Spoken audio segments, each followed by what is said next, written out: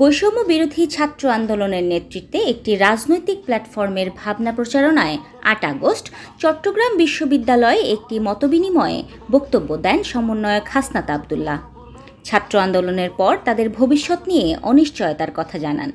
এ সময় তিনি বিএনপির ভারপ্রাপ্ত চেয়ারম্যান তারেক রহমানের বক্তব্য প্রসঙ্গেও কথা বলেন। হাসনাত আব্দুল্লাহ বলেন, তারা যা শুনতে চাইছে তারেক রহমান তাই বলছেন। আর বিএনপিটা এখনো বোঝা যাইতেছে না, এদেরটা বোঝা যাইতেছে না। এরা শুরুর দিকে শুরু করে দিয়েছিল, পরে আবার একটু এখন আমাদের তারেক জিয়া সাহেবকে দেখা যায় খুব পপুলিস্ট বক্তৃতা দিচ্ছে, মানে আমরা যা শুনতে চাই তাই বলে। এখন আমি জানি না এটা আসলে কতদিন পর্যন্ত রাখবে। আপনি যা শুনতে চাইতেছেন এখন উনি তাই বলতেছে। উনি বলছে যে 2 বারের বেশি প্রধানমন্ত্রী থাকা যাবে না, তারপরে হচ্ছে 2 কক্ষ বিশিষ্ট কি হবে, 35 করে দিবে। জনপ্রিয় দল বিএনপির শীর্ষ নেতাকে নিয়ে এমন বক্তব্য দিয়ে এরই মধ্যে ব্যাপক সমালোচনার মুখে পড়েছেন হাসনাত আব্দুল্লাহ।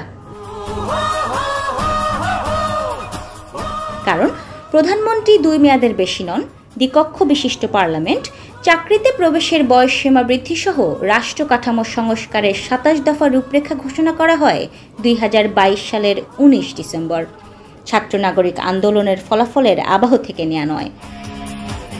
পরপর 2 টার্মের অতিরিক্ত কেউ রাষ্ট্রপতি ও প্রধানমন্ত্রীর দায়িত্ব পালন করতে পারবেন না।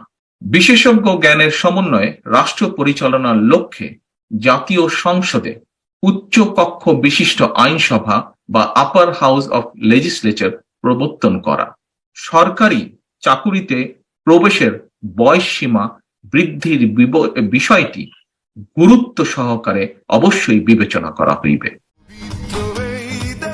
এরপর 2023 সালের 13 জুলাই কিছু দফা সংযোজন করে 31 দফা রূপরেখা ঘোষণা করে বিএনপি। সেখানেও এই বিষয়গুলো গুরুত্ব দেওয়া হয়। বর্তমান কর্তৃত্ববাদী সরকার বাংলাদেশ রাষ্ট্র কাঠামোকে ভাঙিয়া চুরমার করিয়া ফেলিয়াছে। এই রাষ্ট্রকে মেরামত ও পুনর্গঠন করিতে হইবে। দেশের জনগণের হাতেই দেশের মালিকানা ফিরাইয়া দেওয়ার লক্ষ্যে বর্তমান ফ্যাসিস্ট সরকার হটানোর আন্দোলনে অংশগ্রহণকারী রাজনৈতিক দলসমূহের সমন্বয়ে একটি জনকল্যাণমূলক জাতীয় ঐকমত্যের সরকার প্রতিষ্ঠা করা হইবে। সংবিধান ও রাষ্ট্র ব্যবস্থার গণতান্ত্রিক সংস্কার মেরামত ঠিক আছে, কিন্তু একদম রিফর্ম করে ফেলা এবং অর্থনৈতিক মুক্তি আমরা কিন্তু মেইন করেছে, প্রথমেই বলছি যে এটা অর্থনৈতিক মুক্তির লক্ষ্যে অন্তর্ভুক্তিমূলক, ইনক্লুসিভ, বৈষম্যহীন ও সম্প্রীতিমূলক রেইনবো নেশন।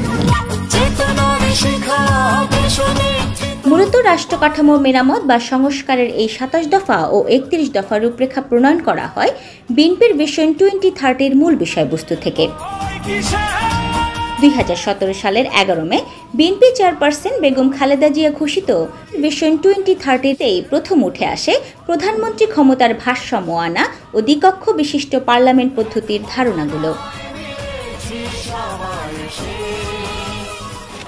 সংবিধানের এক কেন্দ্রিক চরিত্র অক্ষুণ্ণ রেখে বিদ্যমান সংসদীয় ব্যবস্থা সংস্কারের অংশ হিসেবে জাতীয় সংসদের উচ্চ কক্ষ প্রতিষ্ঠা করার বিষয়ে পরীক্ষা নিরীক্ষা করে দেখা হবে।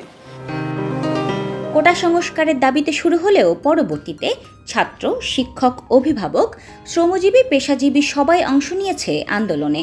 যারা শহীদ হয়েছেন তাদের মধ্যে ছাত্রদল, ইসলামী ছাত্র শিবির, বিএনপি পরিবারের সন্তান এমন শিক্ষার্থী, এছাড়া বাবা আওয়ামী লীগ করেন সেই সন্তানরাও এই আন্দোলনে সক্রিয় ভূমিকা ছিল।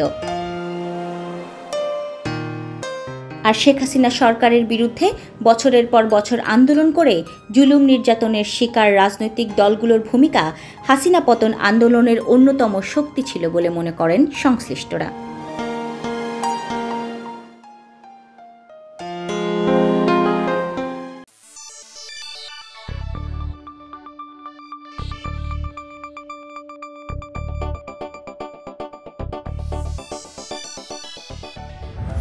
আপনারা দেখছেন প্রবাস বার্তা।